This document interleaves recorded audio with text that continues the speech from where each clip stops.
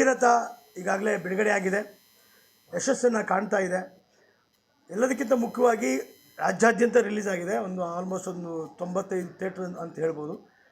ತುಂಬ ಅದ್ಭುತವಾದ ರೆಸ್ಪಾನ್ಸು, ಅದ್ಭುತವಾದ ಕತೆ, ಅದ್ಭುತವಾದ ನಿರ್ದೇಶನ ಅಂತ ನಾನು ಹೇಳ್ಬಾರ್ದು, ಬೇರೆಯವ್ರು ಹೇಳಬೇಕು. ಎಲ್ಲರೂ ತುಂಬ ಚೆನ್ನಾಗಿ ಆ್ಯಕ್ಟ್ ಮಾಡಿದ್ದಾರೆ ಅಂತ. ಎಸ್ಪೆಷಲಿ JP ಸರ್ ಅಂತೂ ತುಂಬ ಚೆನ್ನಾಗಿ ಅವರ ಲೈಫ್ ಟೈಮಲ್ಲಿ ಒಂದು ಒಳ್ಳೆಯ ಸಿನಿಮಾ ಸಿಕ್ಕಿದೆ, ಮುಂದೆ ಇನ್ನೂ ಇದಕ್ಕಿಂತ ಅದ್ಭುತವಾದ ಸಿನಿಮಾ ಮಾಡ್ಬೋದು, ತುಂಬ ಒಳ್ಳೆಯ ಸಿನಿಮಾ ಮಾಡಿದ್ದಾರೆ ಅಂತ ಎಲ್ಲರೂ ಹೇಳ್ತಾರೆ. ಯಾಕಂದರೆ ಪ್ರತಿಯೊಬ್ಬರ ಜೀವನದ ಕತೆ ನಾವು ಭಗೀರಥ ಮಾಡಿದ್ವಿ. ನನ್ನ ಕಲ್ಪನೆ ಏನಿತ್ತು, ಪ್ರತಿಯೊಬ್ಬರಲ್ಲೂ ಭಗೀರಥ ಇರ್ತಾನೆ.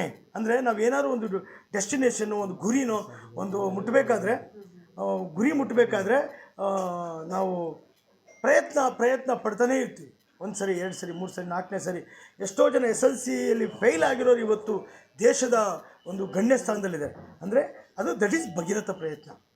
ಅದನ್ನೆಲ್ಲ ಮಿಕ್ಸ್ಚರ್ ಆಫ್ ಬ್ಯೂಟಿ ಅಂತ ಹೇಳ್ತಾರಲ್ಲ, ಅದನ್ನೆಲ್ಲ ಸೇರಿಸ್ಕೊಂಡು ನಾವು ಎಲ್ಲ ಕ್ಯಾರೆಕ್ಟರ್ಸು, ಒಂದು ಕಾಲೇಜ್ ಸ್ಟೂಡೆಂಟ್ಸ್ ಇರ್ಬೋದು, ಆಧುನಿಕತೆಯಲ್ಲಿ ಮುಂದುವರಿಬೇಕಂದ್ರೆ ಒಬ್ಬ ಸಿವಿಲ್ ಇಂಜಿನಿಯರ್ ಬಹಳ ಮುಖ್ಯ. ಅವನು ಒಂದು ಮನೆ ಕಟ್ಟಬೇಕಾದ್ರೆ ಅದಕ್ಕೊಂದು ರೂಪರೇಷೆ ಆಗ್ತಾನೆ. ಅದನ್ನು ಬೇಸಾಗಿ ಇಟ್ಕೊಂಡು ಸರ್ ವಿಶ್ವೇಶ್ವರಯ್ಯವರ ಒಂದು ಆದರ್ಶನ ಬೇಸಾಗಿ ಇಟ್ಕೊಂಡು ಸಿನಿಮಾ ಮಾಡಿದ್ವಿ. ಈ ಸಿನಿಮಾ ಈಗ ಭಗೀರಥ ತುಂಬ ಅದ್ಭುತವಾಗಿ ರೆಸ್ಪಾನ್ಸ್ ಸಿಕ್ಕಿದೆ. ಇದೊಂದು ಸಕ್ಸಸ್ ನಿಜವಾಗ್ಲೂ. ಈಗ ಜಸ್ಟ್ ನಾವು ಪ್ರಭಾ ಥಿಯೇಟ್ರಿಗೆ ಬಂದ್ವಿ. ಇವತ್ತು ನಾವು ಬೆಂಗಳೂರು ವಿಸಿಟ್ ಮಾಡಿದ್ವಿ. ನಾವು ನಮ್ಮ ಹೀರೋಯಿನ್ಗಳು ಎಲ್ಲರೂ ಹೇಳ್ತೀವಿ 50 ಡೇಸ್ ಕನ್ಫರ್ಮ್ ಹೋಗುತ್ತೆ ಅಂದರು. ನೀವು 100 ಡೇಸ್ ಮಾಡಿಸ್ಬೇಕು ಈ ಸಿನಿಮಾ. ಸಿನಿಮಾ ಫೆಬ್ರವರಿ 7ನೇ ತಾರೀಕು ರಿಲೀಸ್ ಆಯಿತು ರಾಜ್ಯಾದ್ಯಂತ. ತುಂಬ ಒಳ್ಳೆ ರೆಸ್ಪಾನ್ಸ್ ಸಿಗ್ತಾ ಇದೆ. ಎಲ್ಲರೂ ಕಾಲ್ ಮಾಡಿ ತುಂಬ ಒಳ್ಳೆ ರಿವ್ಯೂ ಕೊಡ್ತಾ ಇದ್ದಾರೆ. ತುಂಬ ಖುಷಿ ಆಯಿತು. ಇವಾಗ ನಮ್ಮ ಇಡೀ ಚಿತ್ರತಂಡ ಮೈಸೂರಿಗೆ ಬಂದಿದ್ವಿ. ಪ್ರಭಾ ಥಿಯೇಟರ್ಗೆ ವಿಸಿಟ್ ಮಾಡಿಕೊಂಡು ನಾವಿವಾಗ ಪ್ರೆಸ್ ಮೀಟಿಗೆ ಬಂದ್ವಿ.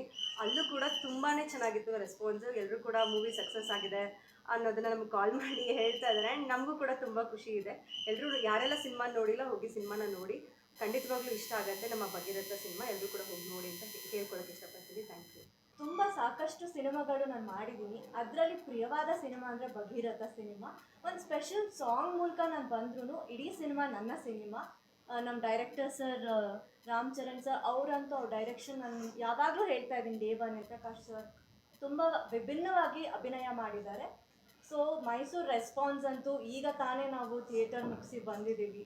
ಜನಗಳ ಕ್ರೌಡ್ ಅಂತೂ ಬ್ಯಾಂಗ್ಳೂರಲ್ಲಿ ಎಲ್ಲ ಕಡೆಗೂ ಹೋಲಿಸ್ಕೊಂಡಾಗ ಎಲ್ಲ ಕಡೆನೂ ಅದ್ಭುತವಾದ ರೆಸ್ಪಾನ್ಸ್ ಇದೆ. ಸೊ ಸಿನಿಮಾ ಸಕ್ಸಸ್ ಆಗ್ತಾ ಇದೆ. ಇನ್ನೂ ಸಿನಿಮಾ ಸಕ್ಸಸ್ ಆಗಬೇಕು. ನಿಮ್ಮ ಪ್ರೀತಿ ವಿಶ್ವಾಸ ಹೀಗೆ ನಮ್ಮ ಸಿನಿಮಾ ಮೇಲಿರಲಿ. ಆದಷ್ಟು ಬೇಗ ಸಕ್ಸಸ್ ಪಾರ್ಟಿನೂ ಮಾಡ್ತೀವಿ. ಎಲ್ಲರೂ ಬಂದು ಚಿತ್ರಮಂದಿರಕ್ಕೆ ಸಿನಿಮಾ ನೋಡಿ. ರಮೇಶ್ ಗೌಡರು ಮೊದಲನೇ ಪ್ರೊಡ್ಯೂಸರು, 2ನೇ ಪ್ರೊಡ್ಯೂಸರು ಭೈರಪ್ಪ ಗೌಡರು, 3ನೇವರು ಚೇತನ್ S ರಮೇಶ್. ನಾನು ಒಂದು 20 ವರ್ಷ ಸಿನಿಮಾ ಫೀಲ್ಡಲ್ಲೇ ದೊಡ್ಡ ಮನೇಲಿ ಬೆಳೆದವನು. ಏನು ನಮ್ಮ ಬಂಡೆ ಮಹಾಕಾಳಿ ಆ ತಾಯಿ ಆಶ್ರಮದಲ್ಲಿ ನಾವು ಮುಹೂರ್ತ ಮಾಡಿದ್ವಿ. ಇಲ್ಲಿವರೆಗೂ ಎಲ್ಲಾದ್ರೂ ಮಾರ್ಕ್ಸ್ ಎಕ್ಸಾಮ್ ಬರೆದಾಗ 100ಕ್ಕೆ 100 ಸಿಕ್ಕಿದೆ ಆ ತಾಯಿ ಆಶೀರ್ವಾದ. ಜೊತೆಗೆ ನಮಗೆ ದೊಡ್ಡ ಮನೆಯಲ್ಲಿ ಆಶೀರ್ವಾದ. ಅಣ್ಣವರು ಅಭಿಮಾನಿ ದೇವರುಗಳು ಅಂತೇಳಿ ಒಂದು ನಾಮಕರಣ ಮಾಡಿ ಹೋಗಿದ್ದಾರೆ ಹೆಸರನ್ನು. ಹಾಗೆ ಅವರ ಆಶೀರ್ವಾದದಲ್ಲಿ ಅಭಿಮಾನಿ ದೇವರುಗಳು ಸಿನಿಮಾ ನೋಡಿ ಈ ಭಗೀರಥನ ಶತಮಾನ ದಿನ ಆಚರಿಸೋದಕ್ಕೆ ನಮಗೆ ಅದನ್ನು ಬಂದು ನೋಡಬೇಕು, 100 ದಿವಸ ಮುಟ್ಟಿಸ್ಬೇಕು ಅಂತ ನಾನು ಸಿನಿಮಾ ನೋಡಿ ಅಭಿಮಾನಿ ದೇವರುಗಳಿಗೆ ಕೈ ಮುಗಿ ಕೇಳ್ಕೊತೀವಿ. ಹಾಗೆ ಆ ಕಡೆ ಬಾಯಿಂದ ಹೇಳೋದು ಆಗೋಯ್ತು. ಈ ಭಗೀರಥನೂ ಕೂಡ ಹಾಗೆ ಇದೆ. ಇವತ್ತವರೆಗೂ ಬಂದು ಇವತ್ತು ಒಳ್ಳೆ ರಿಪೋರ್ಟ್ ಬಂದಿದೆ. ಯಾಕೆಂದರೆ ಸಾಯಿ ರಮೇಶ್ ನಿರ್ಮಾಣ ಸಂಸ್ಥೆ ಬಹಳ ಒಂದು ಅದ್ಭುತವಾದಂಥ ಭಗೀರಥ ಸಿನಿಮಾವನ್ನು ನಿರ್ಮಾಣ ಮಾಡಿದ್ದಾರೆ. ಅದರಲ್ಲಿ ಪ್ರಮುಖರು ನಮ್ಮ ರಮೇಶ್ ಗೌಡ್ರು ನಿರ್ಮಾಪಕರು, ಭೈರಪ್ಪ ಗೌಡ್ರು, ಚೇತನ್ ರಮೇಶ್ ಅವರು, ನಿರ್ದೇಶಕರು ರಾಮ್ ಜನಾರ್ದನ್ ಅವರು. ಒಂದೊಂದು ಸಲ ಒಂದೊಂದು ರೀತಿ. ಯಾಕೆಂದರೆ ಇವತ್ತು ಕಾಲದಲ್ಲಿ ಯಾವ ರೀತಿ ಸಿನಿಮಾ ಜನ ನೋಡ್ಬೋದು ಅನ್ನೋ ಥರದಲ್ಲಿ ಚೇಂಜ್ ಮಾಡ್ಕೊಂಡ್ರು ಮಧ್ಯೆ. ಅವ್ರದ್ದು ಒರಿಜಿನಲ್ ಏನೇ ಸ್ಕ್ರೀನ್ ಪ್ಲೇ ಇದ್ದರೂ ಅವ್ರು ಮಧ್ಯ ಚೇಂಜ್ ಮಾಡಿಕೊಂಡ್ರು. ಅವ್ರು ಕೇಳಿದಕ್ಕೆಲ್ಲ ನಿರ್ಮಾಪಕರು ಒದಿಸಿದ್ದಾರೆ ಸಿನಿಮಾಗೆ. ಅದು ಏನು ಇಂಟ್ರಡಕ್ಷನ್ ಸಾಂಗ್ ಇದೆ, ಆ ಸಾಂಗು ಬೇಕೇ ಅಂತ ಹಠ ಹಿಡಿದ್ರು. ಎಲ್ಲ ಹೋಗಿದೆ, ಲೇಟ್ ಆಗಿಬಿಟ್ಟಿದೆ, ಈಗಲೇ ನಾವು ಡೇಟ್ ಅನೌನ್ಸ್ ಮಾಡಿದೀವಿ, ಆಗಲ್ಲ ಅಂತ. ವಿತ್ ಆಲ್ ದ್ಯಾಟ್ ಆದರೂ ಪರವಾಗಿಲ್ಲ, ನಾವು ಮಾಡಲೇಬೇಕು ಅಂತ ಎಲ್ಲ ಹೇಳಿದಾಗ ಎಲ್ಲರೂ ಒಪ್ಕೊಂಡು ಅದನ್ನು ಮಾಡಿಸಿದ್ದಾರೆ. ಅದು ತಾವೆಲ್ಲ ನೋಡಿದ್ದೀರಾ, ಭಾಳ ಅದ್ಭುತವಾಗಿ ಆ ಸಾಂಗ್ ಬಂದಿದೆ. ಆ ಸಾಂಗು ಈ ಒಂದು ಫಿಲ್ಮ್ಗೆ ಸ್ವಲ್ಪ ಲೈಫ್ ಕೊಟ್ಟಿದೆ. ಟೈಟಲ್ ಸಾಂಗ್ ಭಗೀರಥ ಹೇಳಿ ಬಾಬಾ ಭಗೀರಥ. ಅದು ನಿಜಕ್ಕೂ ಆ ಒಂದು ಸಿನಿಮಾ ಹಿಟ್ ಆಗೋದ್ರಲ್ಲಿ ಅದು ಒಂದು ಕೂಡ ಪ್ರಮುಖ ಕಾರಣ ಆ ಸಾಂಗ್.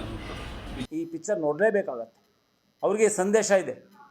ಇವತ್ತು ಯಾರು ಲವ್ ಮಾಡ್ತೀನಿ ಮದುವೆ ಆಗ್ತೀನಿ ಅನ್ನೋರು ಅಥವಾ ಮುಂದೆ, ಏಕೆಂದರೆ ಲವ್ ಅಂದರೆ ಪ್ರೇಮ ಅಂದರೆ ಅಲ್ಲಿ ತ್ಯಾಗ ಇದ್ದರೆ ಮಾತ್ರ. ಒಂದು ನಾಣ್ಯದ ಎರಡು ಮುಖ ಅಂದಾಗೆ ಒಂದು ಕಡೆ ಪ್ರೇಮ, ಒಂದು ಕಡೆ ತ್ಯಾಗ, ಇದಿದ್ರೇ ಅದಕ್ಕೆ ಅರ್ಥ. ಇದರ ಅರ್ಥ ಇಲ್ಲ ಅನ್ನುವಂಥದ್ದನ್ನು ನಮ್ಮ ರಾಮ ಜನರದ ತೋರಿಸ್ಬಿಟ್ಟಿದ್ದಾರೆ ಭಗೀರಥದಲ್ಲಿ.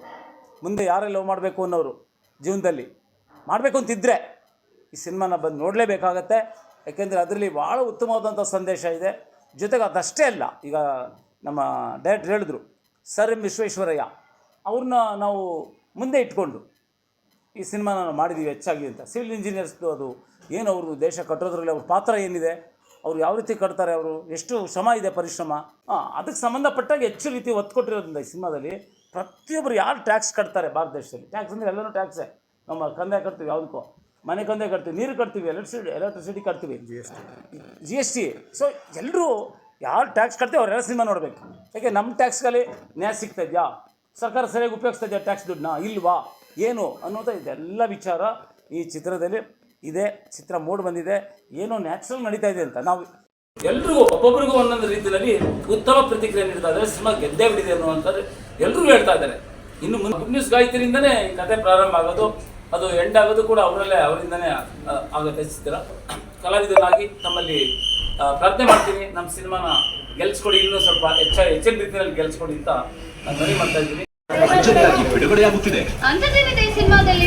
ಇದೆ ಪುರಾಣದಲ್ಲಿ ಗಂಗೆಯನ್ನ ಭೂಮಿ ತರೋದಕ್ಕೆ ಪಣ ತೊಟ್ಟು ನಿಂತ ಭಗೀರಥನ ಸಾಹಸ ಹೇಗಿದ್ದು, ಈ ಕಲಿಯುಗದ ಭಗೀರಥ ಗಂಗೆಯಂತ ಹೆಣ್ಣನ್ನು ಪಡೆಯೋಕೆ ಭಗೀರಥನ ಅವತಾರಕ್ಕೆ ದಿಟ್ಟ ಹೆಜ್ಜೆ ಇಟ್ಟ ನಾಯಕನ ಸಾಹಸ ಗಾಥೆ ಭಗೀರಥ.